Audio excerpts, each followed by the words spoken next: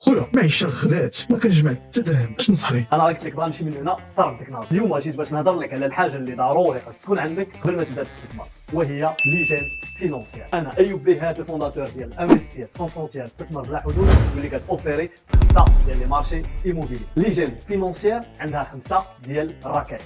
اول حاجه وهي البيدجي، خاص تكون عارف الشاده والفاده في البيدجي ديالك، اش كتدخل واش كتخرج، حيت الصغيره كتدفع الكبيره، وهكا تاخذ الكونترول ديال البيدجي ديالك. ثانيا وهي انك تبعد من كاع هاد لي ديت توكسيك ولي زاشا امبولسيف، هاد القروض الاستهلاكيه مديونين باش يكبلوك وغيكونوا عائق قدامك في الاستثمار. يعني الحاجه دائما فكر فيها واش محتاجها قبل ما تشريها. ثالث حاجه هي ليبارن اوتوماتيك، دائما 10 حتى 20% من الصالير تمشي ديريكت لليبارن، ماشي من بعد، حيت من بعد دائما ما كيبقى والو. رابع حاجه وهي لو ماتلا دو سيكوريتي، هذه هي المظله اللي كتجبد فاش كتكون الوقت صعيبه. بزاف كيسحابهم ان الوظائف كتبقى ليترنيتي، ولكن بعض المرات تيكونوا بعض المشاكل. خامس حاجه وهي كتبريباري راسك للاستثمار، كتبريباري راسك ان الفلوس تخدم عليك ماشي انت تخدم على الفلوس. بلا هاد الخمسه هادو غتكون باني دارك ومستقبلك على الرمله، واي حاجه تجي طيح. تبعنا في انفستير سون فرونتيير، احنا نمشيو معاك دقه دقه